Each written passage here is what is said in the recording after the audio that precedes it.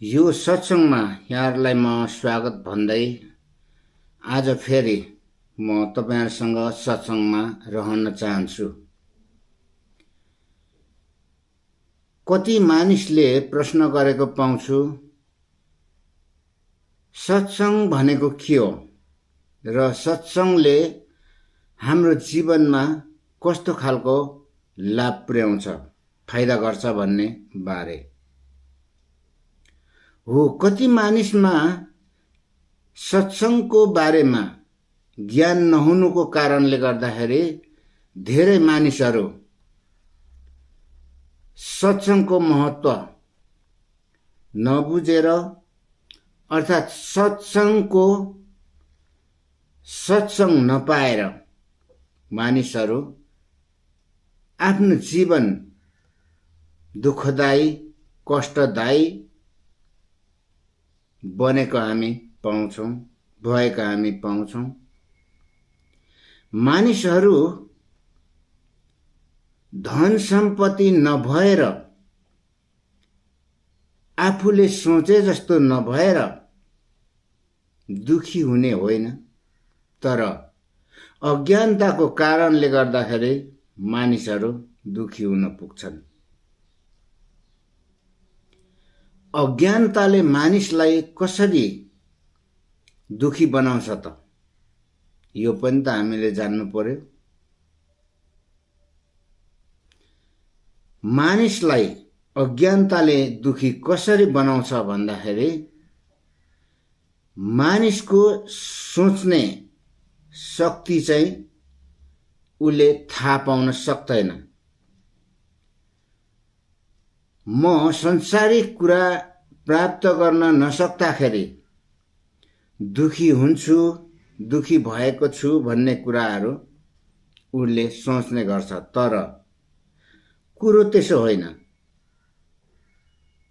मानिस दुखी चाहिँ आफ्नो आत्मा दुखी हुँदा दुखी हुन्छ।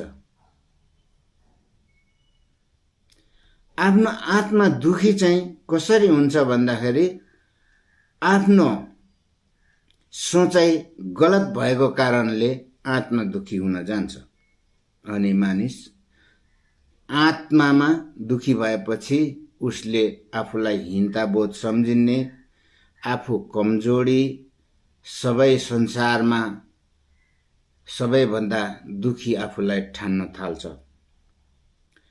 तर त्यो त गलत कुरा हो, किनभने मानिस दुखी चाहिँ संसारिक कुरा, संसारमा पाइने कुराहरू प्राप्त गर्न नसक्दाखेरि दुखी हुने होइन। जब जब हाम्रो आत्मा दुखी हुन्छ अनि हामी दुखी हुन्छौं। त्यसले गर्दाखेरि यो आत्मालाई सही मार्ग दर्शन गर्न, सही मार्गमा डोर्याउनको निम्ति चाहिँ हामीलाई सत्संगको आवश्यक हुन्छ। सत्संग भनेको चाहिँ हामीले के हो त्यो पनि फेरि बुझ्नलाई जरुरी छ। सत भएको साँचो असल सत्य बाटो मात्र सिकाउने, सत्य कुरा सिकाउने अनि भलाइको काम गर्ने अनि राम्रो कुराहरू प्रोत्साहनको कुराहरू गर्ने। यदि कोही मानिस दुखी छ भने उसको निम्ति असल कुराहरू, आश्वासन, प्रोत्साहनका कुराहरू गरेर उसलाई त्यो उसको दुखेको आत्मालाई उसले निको पार्छ भने त्यो चाहिँ राम्रो सत्संग हो र सत्संगले त्यही काम गर्छ र गर्नुपर्छ। सत्संग नै ईश्वर हो। सत्संगबाट प्रेरणा आउँछ र प्रेरणा नै ईश्वर हो।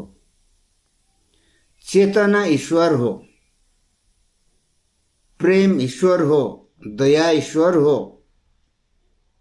त्यसकारण हामीले हाम्रो जीवनमा धेरै ठूलो सत्संगको महत्व छ। त्यसकारण हामीले सत्संग चाहिँ कुन सत्संग राम्रो छ, कुन सत्संगले तपाईहरुको आत्मामा खुशी ल्याउँछ, तपाईहरुको आत्मा कुन सत्संगले आनन्द दिन्छ, त्यो सत्संग तपाईहरुले खोज्नु पर्छ। तपाईहरुकोमा सत्संग खोज्दै नजिक आउने होइन, तपाईहरुले सत्संग खोज्नु पर्छ। सत्संग नै सर्वैसर्व हो, किनभने तपाईहरुले ईश्वर भन्नुहुन्छ। आजसम्म तपाईहरुले सुन्नुभएको ईश्वर, परमेश्वर, अल्लाह सुन्नु भएको छ।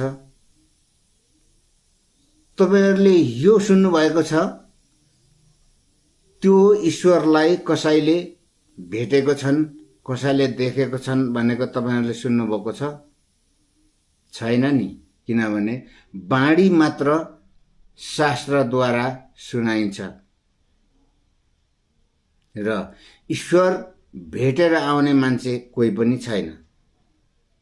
तर ईश्वरबाट पठाइएका समाचार वाहक सन्देशताहरू चाहिँ मानिस नै हुन्। त्यसकारण उनीहरूलाई चाहिँ सबैले देखेका छन्, भेटेका छन् र सँगै बसेर खाएका छन्।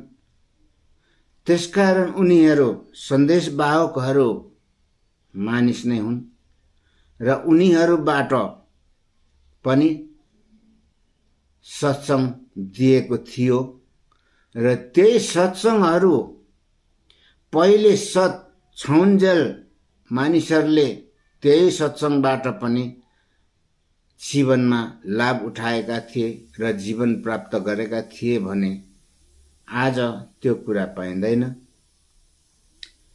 त्यो कुरा किन पाइँदैन भन्दाखेरि सत्संग बिग्रेर गयो, सत्संग हराएर गयो। मानिसको सिद्धान्त, मानिसको इच्छा, मानिसको विचारद्वारा त्यो सत्संगलाई चलाइन थाल्यो। त्यसकारण आज संसारमा कहीँ पनि सत्संग पाइँदैन। सत्संग नाम गरेर चलाइन्छ, त्यो सत्संगले मानिसलाई परम आनन्द, आत्मामा आनन्द दिँदैन, किनभने त्यहाँ स्वार्थ घुसेको हुन्छ। त्यसकारण हामीले सत्संग चाहिँ कहिले पनि छोड्नु हुँदैन। सत्संग चिन्नुपर्छ। सत्संग धेरै छ, त्यसकारण हामीले सत्संगबाट प्राप्त गर्ने कुरा भनेको आनन्द। कहीँबाट पनि हामीले आनन्द प्राप्त गर्न सक्दैनौं। चाहे यस संसारको धन सम्पत्ति सबै हामी प्राप्त गर्न सकौं, तर पनि हामीमा शान्ति र आनन्द हुँदैन। चाहे हामी केही पनि नलिउँ, हामी वैराग्य जीवन जिउँ, तै पनि शान्ति र आनन्द प्राप्त गर्न सकिँदैन। किनभने मार्ग नै सत्संग हो। सत्संगमा नगएसम्म, सत्संगलाई नअँगालेसम्म, सत्संगको बाटो नगएसम्म हामीले आत्मामा शान्ति, आनन्द प्राप्त गर्न कहिले पनि सक्दैनौं। त्यसकारण सत्संग जीवनमा एकदम महत्त्वपूर्ण छ र सत्संग भनेको चाहिँ हामीले बुझ्नुपर्ने कुरा के हो त? सत भएको, सत्य, सच्चा, अनि संग भनेको चाहिँ समूह हो। हामीले सत्संग समूहबाट कति भौतिक कुराहरू पनि प्राप्त गर्न सक्छौं।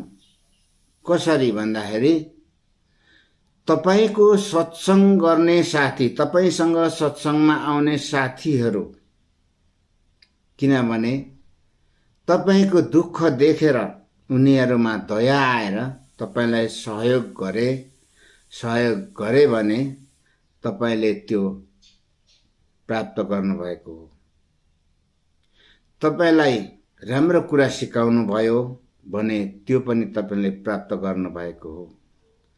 तपाईलाई कति कुराको आवश्यक छ, त्यो आवश्यक कुराहरू तपाईलाई उपलब्ध गराइदिए र तपाईलाई आफ्नो बाटो दिए भने त्यो पनि एकदम राम्रो कुरा हो र त्यो सत्संगबाट तपाईलाई प्राप्त भएको कुरा तपाईले बुझ्नुपर्छ। तपाईको बुझाइ गलत भइदियो भने फेरि तपाईको आत्मामा सत्संग रहँदैन। सत्संग नै ईश्वर हो। ईश्वरको बाणी, ईश्वरको अदृश्य शक्तिबाट सत्संग चल्छ। ईश्वरको शक्ति नभएसम्म सत्संग बन्दैन। त्यसकारण हामीले पहिले सत्संग गर्नु, सत्संगमा रहनु चाहिँ हामीले ईश्वरको उपासना गर्नु हो। जो आफ्नो साथी, इष्टमित्र सबैसँग मिलेर असल बनेर अरूको निम्ति पनि हामीले हाम्रो